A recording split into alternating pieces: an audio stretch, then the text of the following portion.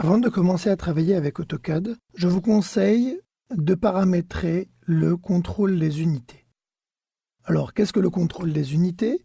C'est une zone d'AutoCAD ou une boîte de dialogue d'AutoCAD qui va nous permettre de paramétrer un certain nombre d'options qui va vous permettre de parler un peu la même langue qu'AutoCAD. Alors, je m'explique. Vous allez ici sur le menu AutoCAD, vous allez sur Utilitaire de dessin et Unités. Vous obtenez cette boîte de dialogue qu'on peut aussi obtenir, je referme, en tapant la commande Unité au pluriel. Et vous avez exactement la même boîte de dialogue.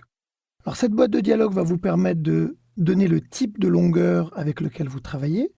Ici, nous, on va garder décimale. De donner aussi la précision avec laquelle vous voulez travailler. Par défaut, dans AutoCAD, on est à 4 chiffres après la virgule. Vous pouvez aller à 8 chiffres après la virgule. Il est clair que la tendance, c'est plutôt 2 chiffres après la virgule. Donc vous voyez que là, par défaut, on est en X, en Y et en Z à 4 chiffres après la virgule. Donc par défaut, on le repasse à 2 chiffres. Par rapport aux angles, on va garder les angles en degrés décimaux, mais on va là aussi donner une précision de 2 chiffres après la virgule. Alors on va, pour les angles, ne surtout pas travailler en sens horaire, mais en sens trigonométrique, donc anti-horaire. Et vous allez pouvoir aussi définir votre unité de travail. Alors, en réalité, on ne définit pas ici l'unité de travail. On indique simplement à AutoCAD l'unité de travail dans laquelle on est pour qu'à l'insertion d'éléments venant donc de l'extérieur, des éléments de la bibliothèque par exemple, on puisse avoir une correspondance d'unité. Alors, on le verra évidemment un peu plus tard quand on travaillera sur les blocs.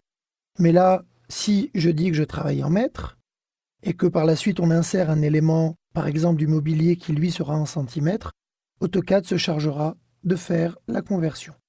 Donc je vous conseille vivement, avant même de commencer votre dessin, par commencer à paramétrer cette boîte de dialogue, donc les unités de dessin.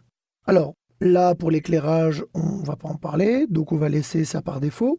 Par contre, dans Direction, on va indiquer l'angle 0 à AutoCAD. Alors par défaut, et en géométrie dite classique, le 0 est à l'est, donc moi je vais le laisser à l'est. Mais sachez que dans certains domaines, on va pouvoir avoir par exemple le 0 au nord, mais ici ce n'est pas le cas, donc on va laisser le 0 à l'est. Je valide, et là je vais pouvoir constater que les modifications ont été prises en compte, et qu'au niveau de ma barre d'état, je suis bien à 2 chiffres après la virgule. Je peux donc supposer que le reste de mes options ont été prises en compte.